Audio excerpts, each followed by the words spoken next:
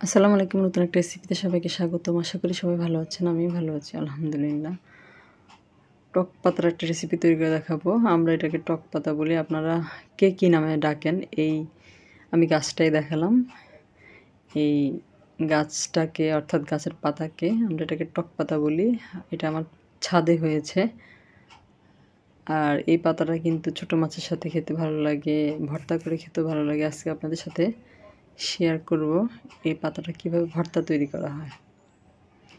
আমি কিছু পাতা ছিঁড়ে নিচ্ছি গাছ থেকে।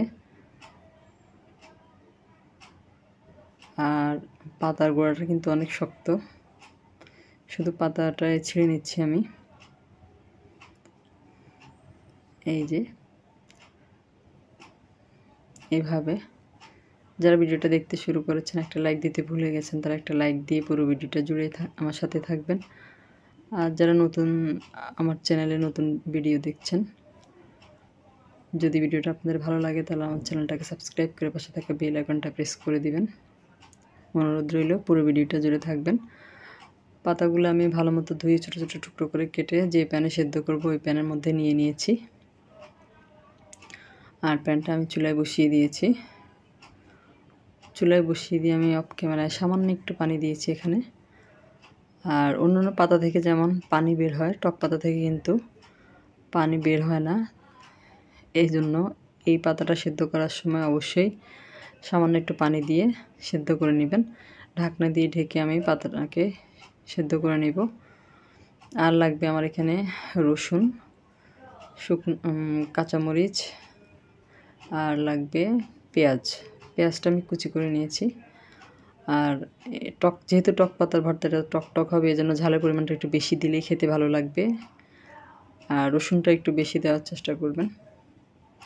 এই যে শাকটা কিন্তু আমি উল্টে পাল্টে একবারে শুকিয়ে নিয়েছি, অর্থাৎ এটাতে কিন্তু কোনো পানি বের হয়নি, এরকম হয়ে গিয়েছে। টক পাতাগুলো আসলে এরকমই একটু আঠা আঠা হয়ে যায়। নেড়ে চেড়ে মিডিয়াম করে দিয়ে আমি এটাকে একবারে শুকনো শুকনো করে নিব।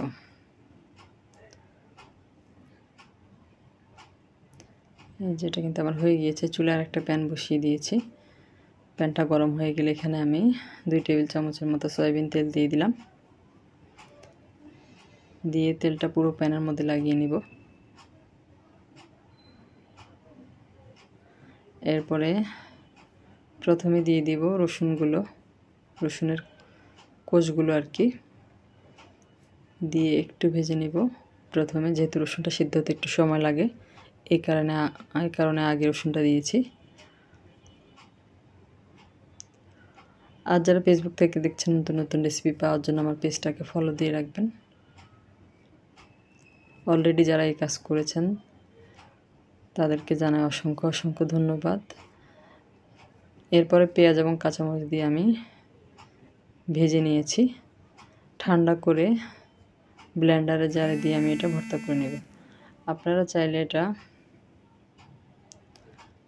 পাটায় বেটে নিতে পারেন। সবগুলো একসাথে আমি ব্লেন্ড করে নিয়েছি। এখন দিয়ে দিব স্বাদমতো লবণ দিয়ে প্রথমে খুব ভালো মতো মেখে নিব। এরপরে দিয়ে দিলাম সরিষার তেল। 2 টেবিল চামচের মতো সরিষার তেল আমি এখানে দিয়েছি। খুব ভালো মতো মাখিয়ে নিব। এই যে সার্ভ করে দেখলাম। রেসিপিটা কেমন লাগলো কমেন্ট করে জানাবেন। সবাই অনেক বেশি ভালো থাকবেন। আজ এই পর্যন্তই। আল্লাহ হাফেজ।